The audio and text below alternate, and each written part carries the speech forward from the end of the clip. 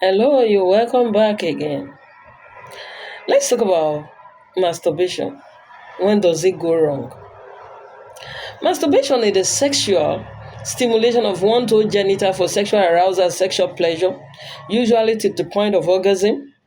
It's probably the most universal of all sexual practices, at least amongst men. Surveys on the subject since the 19th century suggest that well over 90% of men masturbate at some point during their lives.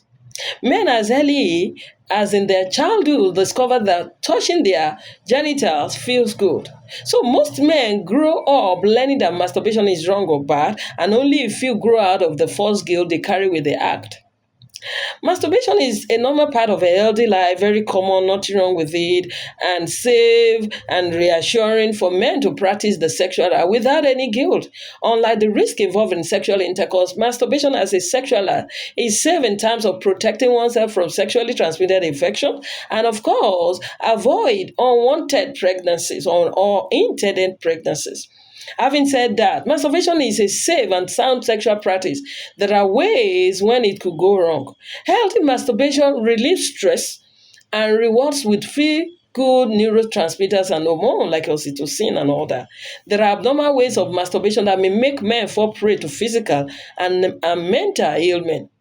Men become victims of extreme abnormal ways of masturbation with appalling consequences. And we have had cases of extreme masturbation resulting in grave physical injury, psychological disturbances, and of course, crime.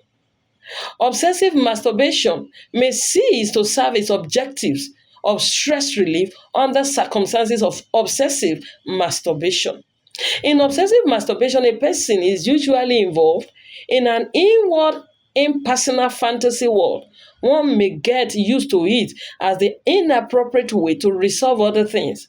But because of relieving one's mind with masturbation, he may never do those other things in need, such as inappropriate behavior may interfere with decision making, action planning, and of course, executing projects. This may incur loss to a man's personality and, of course, an identity. And of course, there's something we call compulsive masturbation. Talking about compulsive masturbation, when it gets in the way of one's work, responsibility, or of course, social life, like any other behavior or habit, compulsive masturbation can disrupt totally one's life. Masturbation can be destructive when used as a means of cutting off oneself from feelings and attachment. Masturbation officially becomes a problem when a man is doing it instead of talking to people or being intimate with them. Masturbation here is being used as a way of soothing oneself and depriving his relation of another person.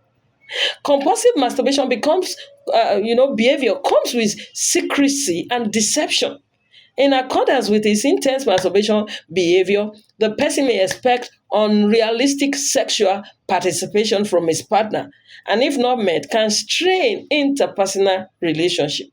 And this, in the long run, can deprive the female partner from romantic relationship and break down family life.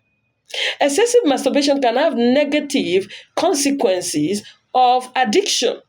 When a person becomes dependent on sated and relaxed feelings post masturbation and uses them to escape stressful life situation or mental problem, it opens the possibilities for masturbation addiction to occur. Addiction to masturbation can lead to a person to spend more time in masturbating and less time on meaningful work and project. People who are addicted to masturbation seem to spend more hours watching pornographic clips and videos. This makes them less available and less productive individuals. People who are addicted to masturbation are in constant search for new and exciting ways to achieve maximum self pleasure. This tendency may push the individual to extreme ways of conquering sexual pleasure, from watching child pornography, masturbating in public places, masturbating at work, masturbating at another person's house, and other antisocial activities. Aggressive masturbation techniques such as tight grips and vigorous strokes, when practiced over an extended period of time, can desensitize the penile nerves. Excess masturbation without sufficient lubrication can cause penile skin irritation and make it sore, Repeated aggressive hand masturbation systemically desensitizes the penis through excess pressure and friction. The face down position of masturbation against a surface such as the mattress, bed, etc., puts a great deal of pressure on the penis. And this pressure in the prone position is much more than the pressure from free hand masturbation. Undue pressure on the erect penis in the prone position can also be a reason for numbness and desensitization of the penis. And talking about desensitization of penis can be a concern, a major concern in achieving and sustaining penile erection during the actual sexual intercourse due to pornography addiction and or wrong masturbation techniques. Men may become both physically and psychologically desensitized to normal sexual stimulation and arousal with a sexual partner, which can lead to erectile dysfunction. You understand? Of course, it can lead to penile fracture, which is a rare condition of vigorous masturbation wherein an erect penis snaps due to rough handling. The chambers that hold the blood during the erection ruptures, causing pain and swelling and loss of sexual function to the penis. A surgery may be the only way to resolve penile function in this case. Men can suffer blunt trauma when they try to intensify masturbating by penetrating their penis into objects that are not meant for sexual pleasure or to stimulate intercourse. This can be dangerous and can lead to injury and permanent damage. Masturbation as a non-procreative sex is linked to perception within a given culture of its nature and consequences. Ideas about masturbation are crucial for understanding societal attitude towards sex. Masturbation is a key to understanding, changing development in attitudes toward human sexuality. Attitudes towards masturbation are slow to change, but as they do, attitudes towards sexuality also changes. Thus, views on masturbation have been carried over as changes from theological offense into medical morals through the years.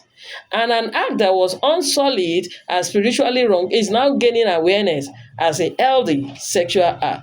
The vast proliferation of pornography websites, phone sex line, and other erotic media suggests that masturbation is widely practiced. With the advancement of information and technology, more ways to increase pleasure through masturbation are being introduced. Almost everyone who is sexually active or experiencing sexual urges can masturbate when done in moderation and in a controlled manner. Masturbation can be an ideal way of relieving sexual urges and preventing sexually transmitted infection and unwanted pregnancies. If a man feels that the need to masturbate is interfering with his everyday life, talking to a sexual health care provider can help.